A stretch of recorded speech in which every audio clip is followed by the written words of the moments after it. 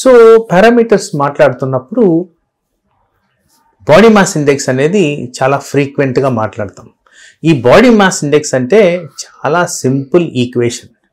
మీకు దీన్ని ఈజీగా యాక్సెసిబిలిటీ, ప్రతి ఒక్కరూ స్మార్ట్ ఫోన్స్ వాడుతున్నారు కాబట్టి స్మార్ట్ ఫోన్లో గూగుల్లో BMI అని కొడితే బాడీ మాస్ ఇండెక్స్ అనేది ఓపెన్ అవుద్ది. దానికి క్యాలిక్యులేటర్ అని ఒకటి ఉంటుంది.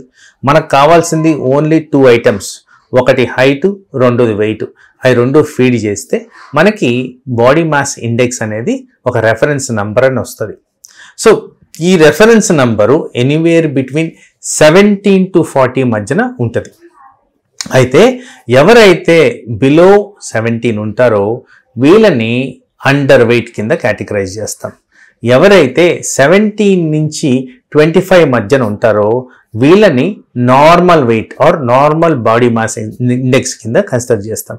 ఎవరైతే ఈ 25 to 30 ఉంటారో వీళ్ళని ఓవర్ వెయిట్ కింద కన్సిడర్ చేస్తాం.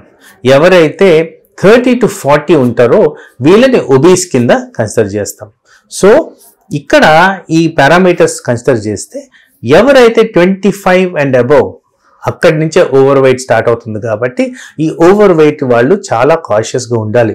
ఎందుకంటే వన్స్ ఒబీస్ వచ్చారనుకోండి, అంటే 30 నంబర్కి వచ్చేసారనుకోండి, 30 నంబర్కి వచ్చారు అంటే మీకు ఒబేసిటీ వచ్చినట్టే. ఒబేసిటీ వచ్చిందంటే మనం డిస్కస్ చేసుకున్న హెల్త్ రిలేటెడ్ కాంప్లికేషన్స్ అన్నీ వస్తున్నట్టే.